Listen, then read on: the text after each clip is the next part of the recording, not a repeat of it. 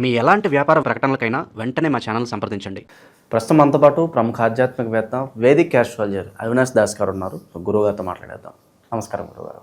నమస్కారం. ఓం నమ శివాయ. ఓం నమో వెంకటేశాయ.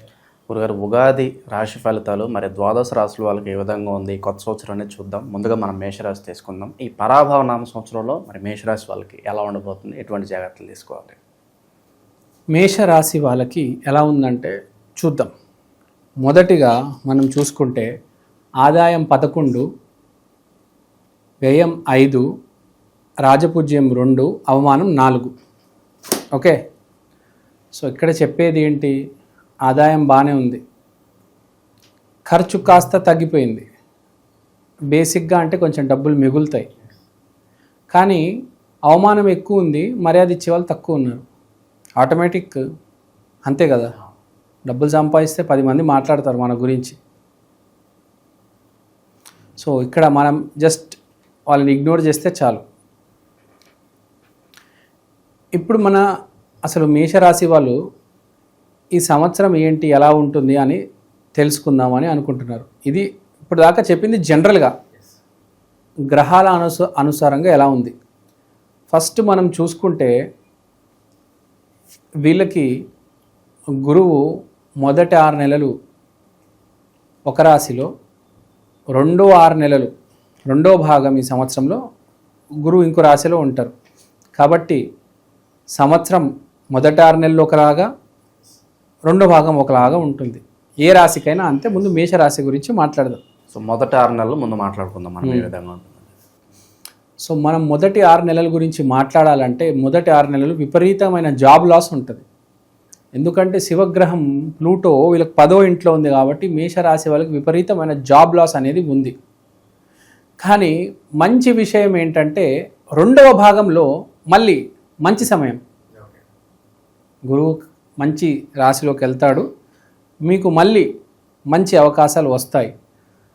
కాబట్టి గురుగారు నాకు జాబ్ పోయింది అని బాధపడద్దు. జాబ్ పోయే వాళ్ళల్లో మేషరాశి వాళ్ళు ఫస్ట్ ఈసారి. కానీ దీనికి ఒక మంచి శుభసూచకం కూడా ఉంది. ఏంటంటే చాలామంది వ్యాపారం కూడా మొదలెడతారు. జాబ్ ఇప్పుడు దాకా చేస్తూ డబ్బులు సంపాదించి మిగుల్చుకుంటారు. సో చాలామంది జాబ్ మొదలు పెడతారు వీళ్ళల్లో. కొంతమంది జాబ్ కోసం వెయిటింగ్ చేసి వేరే జాబ్లోకి వెళ్ళిపోతారు. కొంతమంది ఇంకా ఈ జాబ్ పోయేసరికి నాకు ఇప్పుడే అవకాశం దొరికిందని చెప్పి వ్యాపారం మొదలు పెడతారు. సో ఆ వ్యాపారం రెండో భాగంలో బాగా మీకు రిటర్న్స్ తీసుకొస్తుంది. సో ఇది ఒక రకంగా మంచి శుభవార్త అని చెప్పొచ్చు. తర్వాత కేతు 5వ ఇంట్లో, రాహు 11వ ఇంట్లో ఉన్నాడు. రాహుతో పాటు కుజుడు, బుధుడు ఉన్నాడు. అంటే ఏంటి? మీకు లావాదేవీలు, భూ సంబంధించిన లావాదేవీలు, ల్యాండ్ కొనే అవకాశం ఉంది, వ్యాపారం చేసే అవకాశం ఉంది. బుధుడు అంటే వ్యాపారం, కుజుడు అంటే ల్యాండ్. అంటే వ్యాపారం చేస్తారు, భూమి కొంటారు. జాతకం బాగాలేకపోతే ఉన్న భూమి అమ్ముకోవాల్సి వస్తుంది, ఉన్న వ్యాపారాలు మునిగిపోతాయి. అంటే మనకు 2 రకాలుగా ఉంది. మంచి వాడికి మంచి జరుగుతుంది, చెడు వారికి చెడు జరుగుతుంది. ఈ సంవత్సరం గురువు 3 రాశులు మారుతుంది కాబట్టి జీవితం చాలా వింత వింతగా ఉంటుంది చాలామందికి. మనం ఇప్పుడు ఆల్రెడీ చాలామందిని చూస్తున్నాం. ఎంతోమంది జాబ్ పోగొట్టుకుంటున్నారు, ఎంతోమంది జాబ్ తెచ్చుకుంటున్నారు, ఎంతోమంది కొత్త వ్యాపారాలు పెట్టి నిలబడుతున్నారు, ఎంతోమంది ఉన్న వ్యాపారాలు క్లోజ్ చేస్తున్నారు. సో చివరికి మీ జన్మజాతకంకే వస్తుంది, కానీ మనం జనరల్గా మాట్లాడుతున్నాం. సో కుజుడు, బుధుడు, రాహుతో ఉన్నాడు 11వ ఇంట్లో కాబట్టి అతివృష్టి అనావృష్టి కనిపిస్తుంది. తర్వాత 12వ ఇంట్లో శని. శని ఎవరితో ఉన్నాడు? శుక్రుడు, సూర్యుడు, చంద్రుడు. అంటే ఒక్కటి హ్యాపీనెస్ ఏంటంటే మ్యారేజ్ లైఫ్ బాగుండబోతుంది మేషరాశికి. ఇప్పుడు దాకా మ్యారేజ్ లైఫ్ డిస్టర్బ్డ్గా ఉంది సార్, మా భార్య రోజు గొడవ పెడుతుంది అనుకున్న వాళ్ళు కొంచెం ఇంప్రూవ్మెంట్ ఉంటుంది. ఎవరైతే మ్యారేజ్ చేసుకుందాం అనుకుంటున్నారో వాళ్ళకి చాలా మంచి పార్ట్నర్ దొరుకుతుంది, ఎమోషనల్గా చాలా బాగుంటుంది. సో ఇక్కడ చెప్పే పాయింట్ ఏంటంటే అందరికీ నేను ఫస్ట్ మీ మ్యారేజ్ మీద కాన్సన్ట్రేట్ చేయండి. వ్యాపారం నడుస్తూ ఉంటుంది, జాబ్ కూడా నడుస్తూ ఉంటుంది. మీరు ఫస్ట్ మీ మ్యారేజ్ మీద కాన్సన్ట్రేట్ చేయండి. ఎవరైతే కొత్తగా పెళ్లి చేసుకుందాం అనుకుంటున్నారో వాళ్ళు ఇమ్మీడియట్గా పెళ్లి చేసుకోవాలి. మేషరాశి వాళ్ళ సంవత్సరంలో అవ్వట్లేదు అని చెప్పొద్దు. ఎలా అయినా వెతికి పెళ్లి చేసేసుకోండి. సీతారాముల కళ్యాణం జరిపించండి. కృష్ణుడి గుడికి వెళ్ళండి. రుక్మిణి కృష్ణుడికి రాసిన ఉత్తరాలు చదవండి. పెళ్లి చేసుకోండి. పెళ్లి చేసుకుంటే మీకు సేఫ్టీ ఉంది ఈ సంవత్సరం. సో ఒక అమ్మాయి వల్ల మీ జీవితంలో మంచి జరుగుతుంది. 2026లో అసలు సిచ్యువేషన్ ఏంటంటే మనం ముందే చెప్పుకున్నాం వార్షిక ఫలాల్లో, మీకంటే మీ జాతకం కంటే మీరు మీ జీవితంలో ఉన్న అమ్మాయి వల్ల బాగుపడతారు. అంటే మీకు వ్యాపారంలో లాస్ ఉంది, ఆగిపోతుంది. జాబ్ పోయే ప్రమాదం ఉంది, వెళ్ళకుండా ఉంటుంది. వెళ్ళినా ఇంకో జాబ్ చాలా త్వరగా వస్తుంది. అంటే ఏదో రకంగా మీ ఆవిడ జాతకం, మీ గర్ల్ ఫ్రెండ్ జాతకం మిమ్మల్ని కాపాడుతుంది. చాలా సింపుల్గా, చాలా క్లియర్ కట్గా ఇది 12 రాశుల్లో మేషరాశికి చాలా ఎక్కువ top. So female partner is very very very important. So అది గుర్తుపెట్టుకోవాలి. తర్వాత కెరియర్ కొంచెం స్లోగా ఉన్న జీవన అదే మన భార్యామణి వల్ల, స్త్రీ వల్ల ఆ వ్యాపారము అదే కెరియర్ అనేది పుంజుకుంటుంది. తర్వాత మనము ఇదంతా మాట్లాడింది ఏంటి, జనరల్ ప్రిడిక్షన్. కానీ జన్మ జాతకం అనేది కూడా ఒకటి ఉంటుంది. ఇప్పుడు దాకా చెప్పింది జనరల్, ఇప్పుడు పర్సనల్గా చెప్తాను.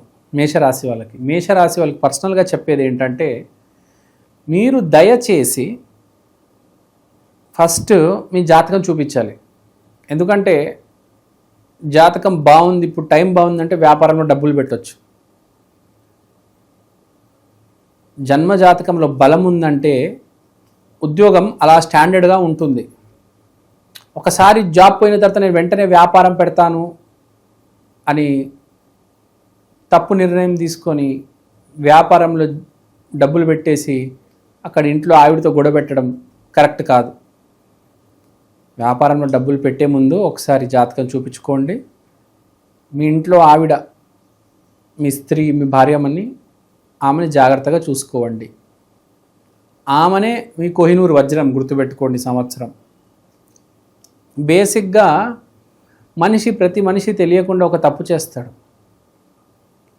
ఏదో ఒక తప్పు చేస్తూ ఉంటాడు. మందాగడం, భార్యను వేధించడం, అమ్మ నాన్నని ఇష్టం వచ్చిన బాధించడం, ఏదో ఒక తప్పు చేస్తూ ఉంటాడు. ప్రతి మనిషి ఒక తప్పు చేస్తూ ఉంటాడు. చదువుని ఇగ్నోర్ చేయడం. ఆ తప్పుని మనం కట్టడి చేయాలి. ఏ తప్పు అయితే మీ జీవితంలో ఉందో దాన్ని మీరు బ్యాలెన్స్ చేయాలి. నువ్వు ఏ తప్పు చేయట్లేదు సార్, నేను మంచి దారిలో ఉన్నానంటే నీకు మంచే జరుగుతుంది, చెడైతే జరగదు. మంచి జరుగుతుందో లేదో తర్వాత, చెడైతే జరగదు. సో అది గుర్తుపెట్టుకోవాలి. మేషరాశి వాళ్ళు ఈసారి తప్పు చేయకూడదు. అది ఇప్పుడు చాలా సింపుల్ ఎగ్జాంపుల్, సిగరెట్లు తాగితే ఏమవుతుంది? ఆరోగ్యం పాడవుతుంది కదా. కామన్ సెన్స్ అది.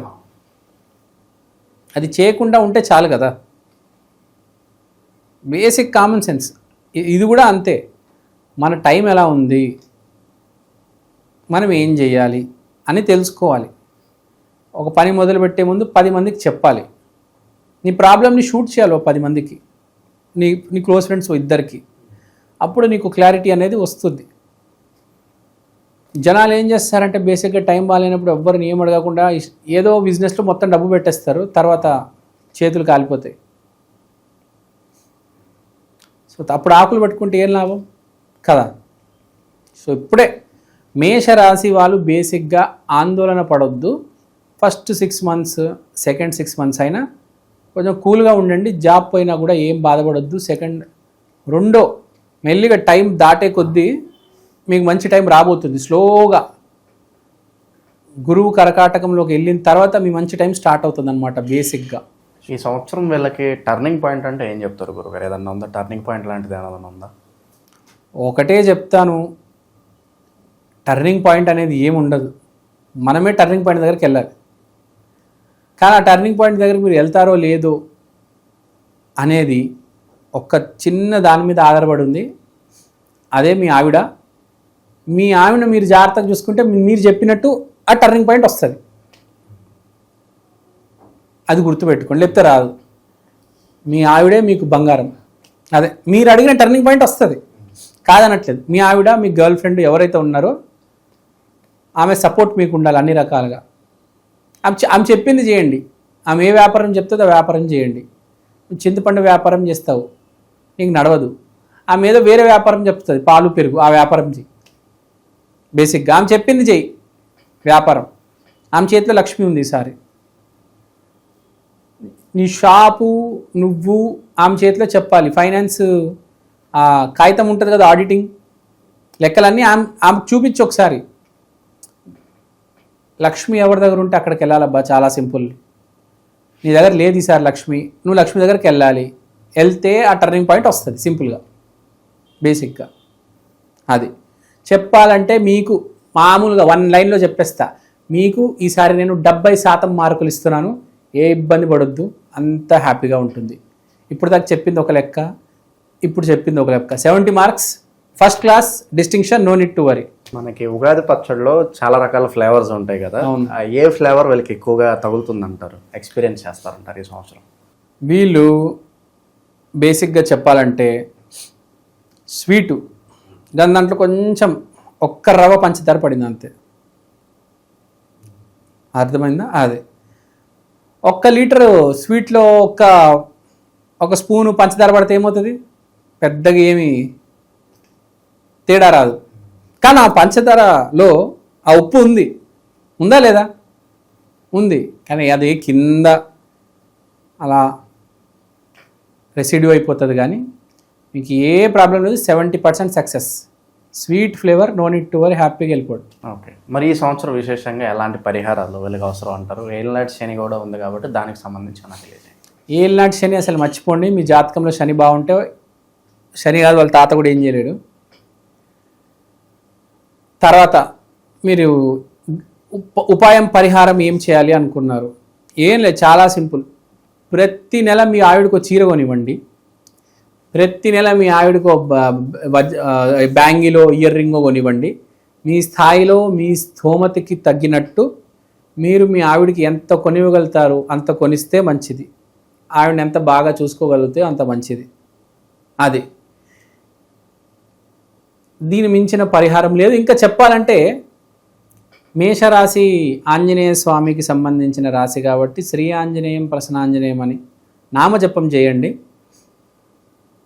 తర్వాత ఎక్కడో స్త్రీ శక్తి ఇన్వాల్వ్ ఉంది కాబట్టి రాధాకృష్ణ గుడికి వెళ్ళి రాధా రాధా రాధా అని నామజపం చేయాలి. ఓకే, మంగళవారం ఆంజనేయ స్వామి గుడికి వెళ్తే శుక్రవారం రాధాకృష్ణ గుడికి వెళ్ళి రావాలి. ఈ సంవత్సరమే స్త్రీ జాతికి సంబంధించిన సంవత్సరం కాబట్టి ప్రతి ఒక్కరు రాధాకృష్ణ మందిరానికి వెళ్ళి రావాలి. రాధా రాధా అని నామజపం చేయాలి. That is the ultimate remedy, fixed.